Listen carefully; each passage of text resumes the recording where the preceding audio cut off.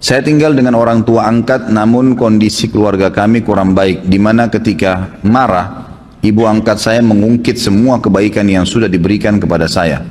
Sedangkan sampai saat ini saya belum pernah berbakti dengan orang tua kandung saya.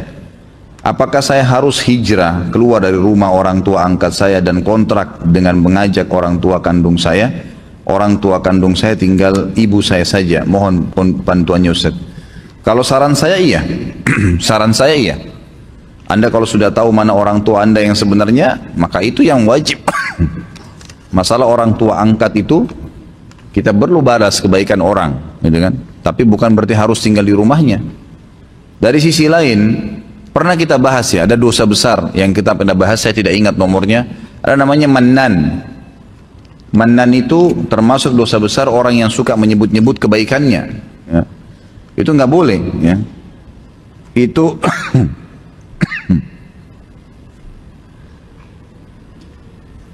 dosa besar ke-36. Kalau yang pegang bukunya di halaman 103, saya ingatkan kembali.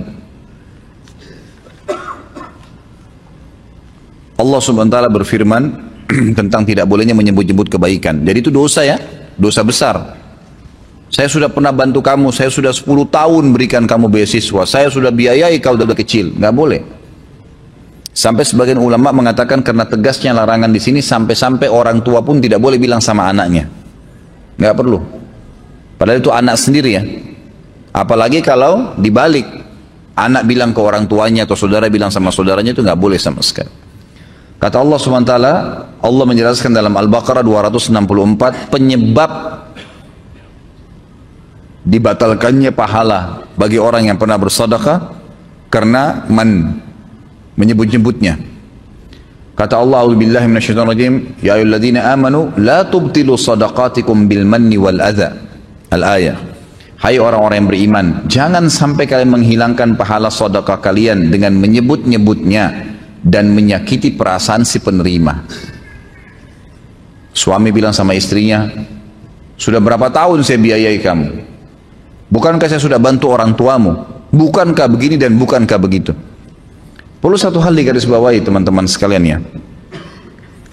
Setiap perbuatan baik yang kita lakukan kepada orang lain, sebenarnya kalau kita fikir secara spiritual, secara keimanan, yang mendapatkan manfaat siapa? Saya. Bukan dia, karena dia hanya mendapatkan secara fisik duniawi. Saya berikan dia 5.000, dia hanya bisa beli air mineral dan segalanya. Tapi saya dapat apa? Pahala yang besar, mungkin 5.000 pahala.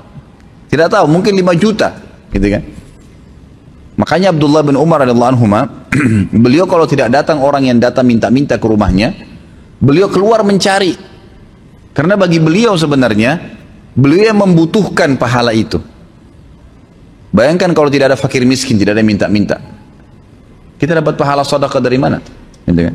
Kalau tidak ada cobaan, kita dapat pahala sabar dari mana? Nggak ada. Itu warna kehidupan. Ya. Harus difahamin. Jadi jangan pernah merasa orang lain butuh sama saya. Keliru teman-teman sekalian. Kita yang butuh kepada orang, itu yang betul. Keliru. Gitu kan? Ada teman-teman dai nggak mau datang ceramah, kesannya jual mahal. Sebenarnya kalau dia faham, dia yang butuh dengan jemaahnya, bukan jemaahnya yang butuh. Karena kalau antum hadir di pengajian ana seperti ini, ikhwah dan akhwat sekalian, yang dapat manfaat lebih besar siapa? Saya sebenarnya. Antum secara individual dapat pahala ilmu, kan gitu, bisa diamalkan. Tapi saya mendapatkan pahala antum semua pada saat antum amalkan. Jadi sebenarnya yang lebih banyak mendapatkan manfaat adalah saya. Keliru kalau saya nggak datang, kebodohan. Saya biar terlambat, saya paksain datang, harus bisa dengan izin Allah, gitu kan? Mungkin dengan keniatan seperti itu Allah masih membuat antum semua bisa bertahan dalam majelis. Itu sesuatu yang harus difahamin. Jangan selalu merasa diri kita yang dibutuhkan. Enggak. Adanya anak-anak, sebenarnya kita yang butuh dengan anak-anak itu, bukan anak-anak yang butuh dengan kita. Allah gantungkan kebutuhan mereka pada kita, artinya kita akan bersedekah secara mau atau tidak mau. Memberikan susunya, memberikan makan. Pahalanya besar pada hari kiamat. Coba kalau nggak ada anaknya, bagaimana? Kan gitu, contoh-contoh saja. Ada istri, ada suami, dan banyak dalam dini kehidupan kita semuanya. Jadi jangan pernah sebut-sebut kebaikan. Sudah melakukan, lupain udah. Sudah ada malaikat yang catat. Kita ini enak sekali sebenarnya. Bayangkan kalau setiap amal kita disuruh catat sendiri sama Allah. Bisa nggak? Udah ada bodyguardnya. Catat. Tidak pernah tidur Raqib dan Atid. Bahkan mulianya Allah SWT menyebutkan, atau Nabi SAW menyebutkan dalam sebuah hadis, kalau seorang hamba melakukan perbuatan dosa, maka Raqib akan berkata kepada Atid, jangan kau catat dulu, mungkin dia bertobat sebelum malam. Masih saling diingatin nih, jangan dulu catat, mungkin dia taubat. Kalau sampai menginap, nggak taubat dari dosanya, baru dicatat dalam buku amalnya. Seperti itu. Jadi kita sudah sangat dimanjakan sama Allah SWT. Ada pencatatnya. Tinggal berbuat saja. Mau berapa jumlahnya, malaikat sudah ahli, nggak pakai kalkulator nyatet. Kata Nabi SAW di dalam hadis yang sahih, ini saya tahu mungkin orang tua angkat antum tidak hadir ya, tapi mungkin bisa disampaikan ke beliau. Mungkin satu waktu Allah buka hidayah, dia bisa mendengarkan ceramah kita ini melalui YouTube, mungkin dia bisa tersentuh hatinya, kita nggak tahu. Kita doakan. Tapi semua yang hadir di sini bisa ambil pelajaran, tidak boleh sebut-sebut kebaikan. Perhatikan ancaman yang sangat tegas bagi orang yang nyebut-nyebut kebaikannya. Salasatun la yukallimuhumullahu wa la yanzuru ilaihim yaumal qiyamati wa la yuzakkihim wa lahum azabun alim.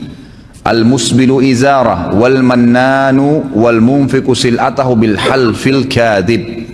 Ada 3 golongan yang mana Allah tidak akan berbicara kepada mereka pada hari kiamat. Ini sudah pernah saya kasih contoh ya. Kalau kita diundang oleh seseorang, misal presiden undang kita, semua orang yang diundang diajak ngomong kecuali kita sendiri. Nggak dilihat, nggak diajak ngomong. Gimana perasaannya? Semua orang ditanya kabarnya, dari mana asalnya. Ini lewat depan kita nggak ditanya. Nggak diajak ngomong sama sekali. Padahal semuanya diundang. Pasti ada perasaan yang tidak nyaman. Ini cuma contoh rasional saja. Allah tidak akan ngomong sama mereka pada hari kiamat. Tidak akan melihat mereka. Dan Allah tidak akan mensucikan mereka di timbangan amal. Karena hari kiamat mungkin dosa seseorang 200, pahalanya 198. Butuh 2 atau 3 pengampunan dosa supaya bisa masuk surga. Ada orang yang Allah maafin. Udah deh, dihapusin 5 dosanya. Udah masuk surga, selamat. Tapi ini 3 golongan ini Allah nggak bantu. Butuh setengah pahala pun Allah nggak bantu. Masuk neraka dulu. Nggak dilihat, nggak ada yang ngomong, dan tidak akan disucikan di timbangan hari kiamat. Dan mereka akan mendapatkan azab yang pedih. 4 ancaman. Yang pertama, orang yang memanjangkan pakaiannya melebihi mata kaki. Isbal, yang sudah pernah saya jelaskan. Dan hadis ini pernah saya jadikan hujjah atau alasan. Ada orang yang bilang, oh isbal itu kan hanya dilarang kalau sholat. Hadis ini menjelaskan bukan masalah sholat. Di luar sholat pun sama. Oh Ustaz, saya kalau pakai celana jingkrang, mata kaki saya kelihatan jelek kelihatan. Itu persepsi. Ada orang di mall pakai sampai lututnya lebih tinggi, nggak dimasalahkan. Ada orang lebih tinggi lagi setengah paha, nggak dipermasalahkan. Kenapa yang naik di atas mata kakinya dipermasalahkan? Karena seorang muslim dalam mengimani tauhid uluhiyah, mengesahkan Allah dari sisi ibadah, adalah meyakini semua yang baik dan bagus dan indah itu di mata dia, apa yang bagus dan baik serta indah di mata Allah. Yang buruk di mata dia adalah semua yang buruk di mata Allah. Sudah. Mau seluruh dunia tidak suka, terserah. Yang penting bagi saya, Tuhan saya mengatakan seperti ini. Kan gitu. Itu namanya mengesahkan Allah dari sisi uluhiyahnya. Penyembahan Allah secara murni. Kemudian yang ketiga, yang pertama orang yang menjangkan pakaian melebihi mata kaki bagi laki-laki dari atas ke bawah, bukan dari bawah ke atas. Kaos kaki nggak ada masalah. Yang kedua, orang yang suka menyebut-nyebut kebaikannya yang pernah diberikan kepada orang lain. Bayangkan ini, pernah berbuat baik loh, disebutin malah jadi masalah. Dan yang ketiga adalah penjual yang melariskan barang dagangannya dengan sumpah dusta. Hadis yang lain, kata Nabi SAW, salasatun la yakbalullah minhum sarfan wala adla, aqun wa mannanun wa mukadzibu bil qadar. Ada 3 golongan manusia yang mana Allah tidak akan menerima amal wajib maupun amal sunnah darinya, yaitu orang yang durhaka kepada kedua orang tuanya. Yang kedua, orang yang gemar menyebut-nyebut kebaikannya, dan orang yang mendustakan kadar, mendustakan takdir maksudnya, gitu kan? Jadi ada bahasan qada dan qadar. Iman, rukun iman kita yang ke-6. Kalau qada itu keputusannya Allah, kalau qadar kapasitasnya. Gitu kan? Jadi Allah SWT menciptakan semuanya. Semua ini dengan qadanya Allah, keputusannya Allah. Dan Allah berikan setiap qada ada kadarnya, ada kapasitas. Gitu kan? Allah ciptakan lapar, ada kapasitasnya itu supaya laparnya bisa hilang. Makan nasi sepiring, udah. Itu kadar namanya. Orang capek, qada, keputusan Allah. Ada kadarnya untuk menghilangkan capek itu. Semua punya qada dan qadar. Itu rukun iman kita. Gitu kan?